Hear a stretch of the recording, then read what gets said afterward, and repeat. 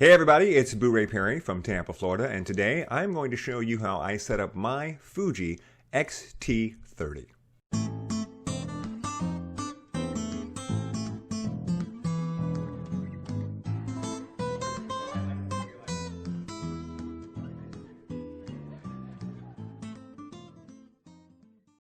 All right, as always, I want to remind you to be sure and listen to my podcast. It's called Photobomb, and you can hear it anywhere that podcasts are found. And join my group on Facebook. It's called Pro Photo Talk with Boo-Ray Perry, and I'll put a link in the description to this video. And it's just me and a bunch of other professional photographers and hobbyists, and that's where we go to talk about photography. It's a great place to get your questions answered and stuff like that. Pro Photo Talk with Boo-Ray Perry. Be sure and join. All right, so if you don't know me, if you're not a subscriber to my channel, and you should subscribe to my channel because it's awesome, then let me tell you a quick little story about me and Fuji. I am a Canon shooter. I'm a full-time professional photographer, and I shoot with Canon gear.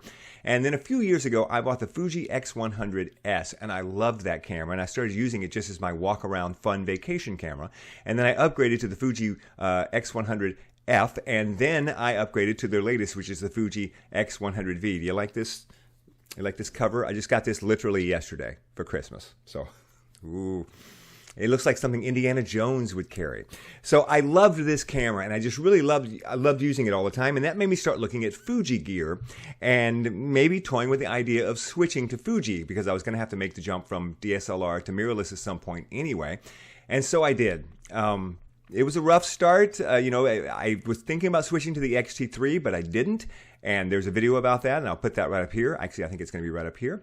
And then when the X-T4 came out, I started looking at the X-T4, and that was when I finally made the jump. And there's a quick video about that, the two main reasons I made the jump. Bam, it's going to be right there as well. And you can expect a lot more of Fuji X-T4 videos to come on my channel. But one of the things that I had to have when I rebuilt my kit for Fuji was I had to have a backup camera because I'm an event photographer. I shoot a lot of events and bar mitzvahs and weddings and things like that. And you have to have a backup camera in your kit because if something goes wrong with your camera, you have to have another camera standing by.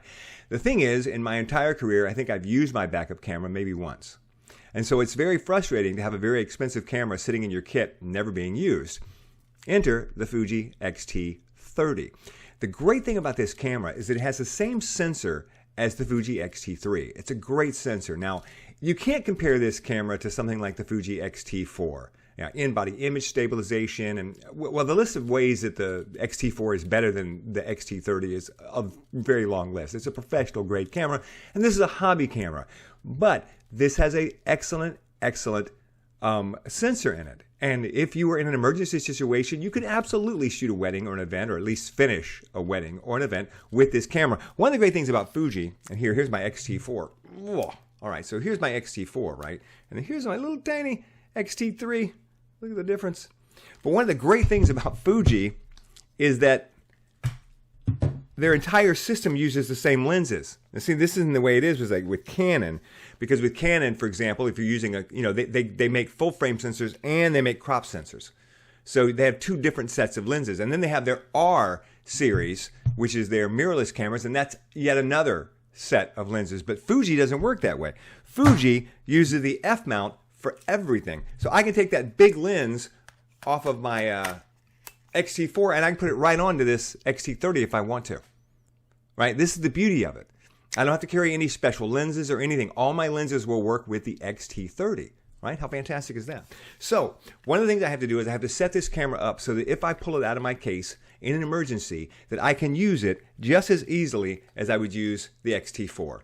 So let's get to it. This is how I set up the menu system. It's not going to be complete. I'm not going to go into how I set my dials up and how I set my screens up. That's going to be for another video. This is just going to be open it up out of the box. Here's how I set it up right away so I know that it's ready to go. Now, the one thing I'm not going to do in this video is talk about the very first two things that you do when you first boot your camera up.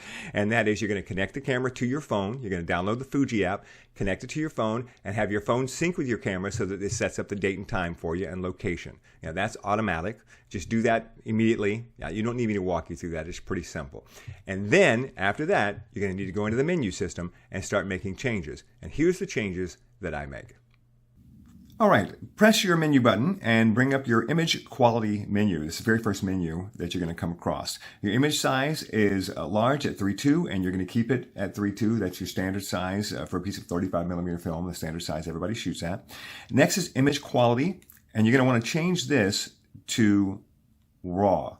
Now, you might want to shoot in just JPEG and just fine, or you might want to shoot in fine and RAW, so you have both. But me, I'm just going to shoot in RAW because this is a backup camera. If I have to pull this camera out and use it in the middle of a wedding or an event, I want it just to be giving me RAW images. This camera only has one card slot. So you can only record, you can record RAW to that card slot, or you could record RAW and JPEG. But if I was using my main camera where I have two card slots, then I would record RAW and JPEG, RAW to one card, JPEG to the other card. But when I've just got one card slot, I'm just going to put the RAW on that one to save space. RAW recording, uncompressed versus lossless compressed. This is really just a question of well, how big is your card in your camera? How much space do you have?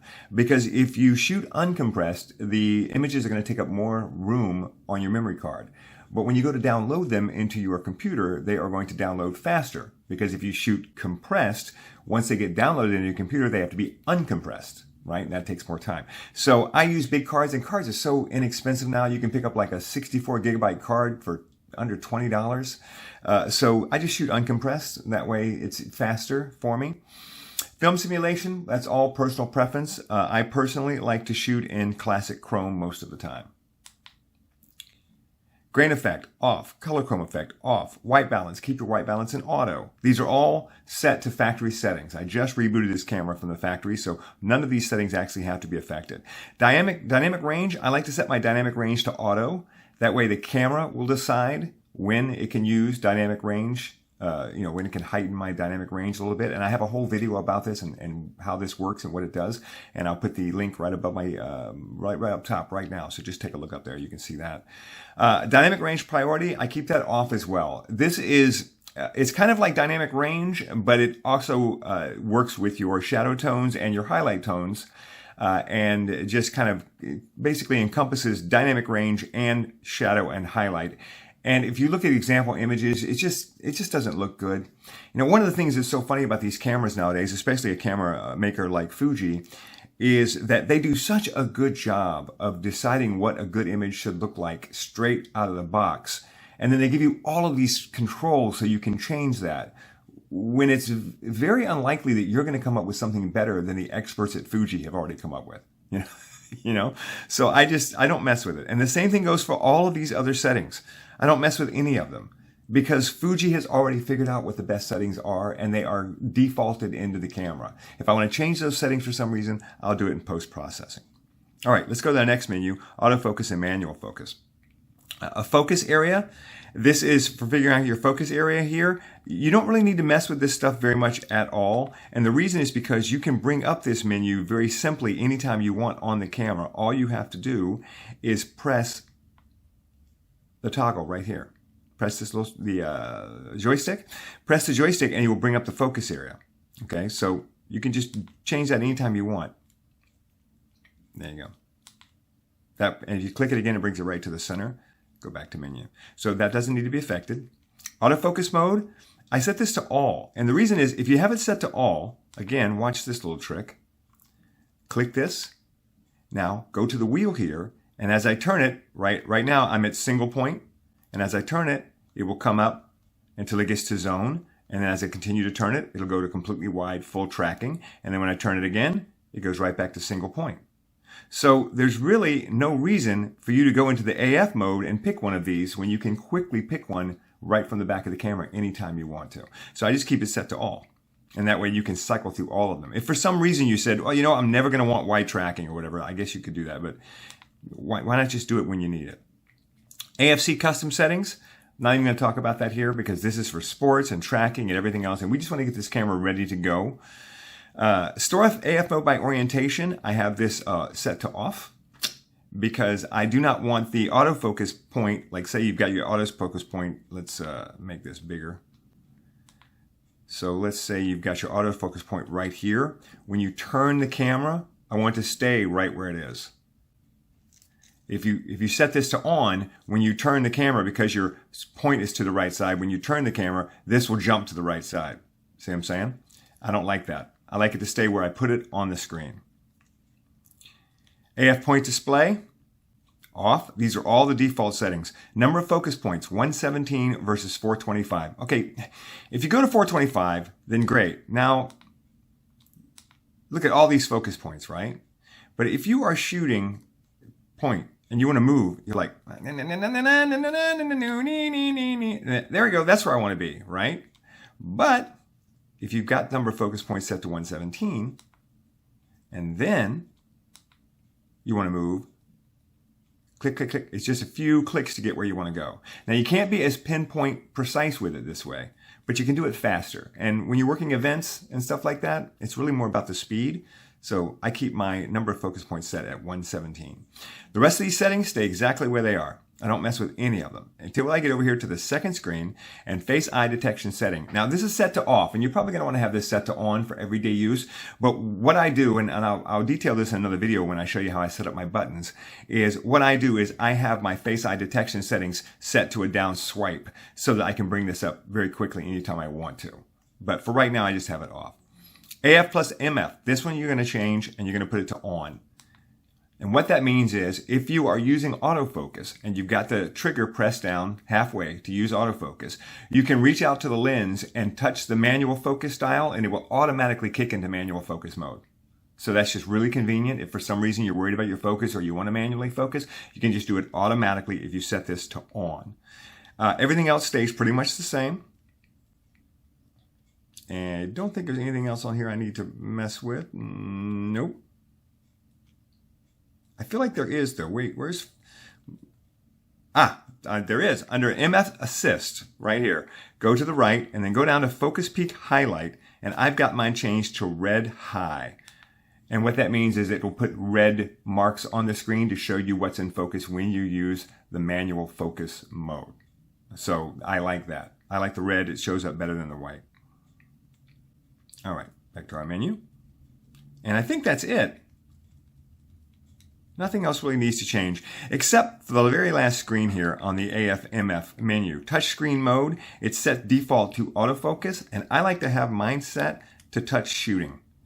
And the reason is because I find that when you are looking at something with the camera and you go to focus using the back of the screen, that you focus and then you shoot, or you focus and you shoot.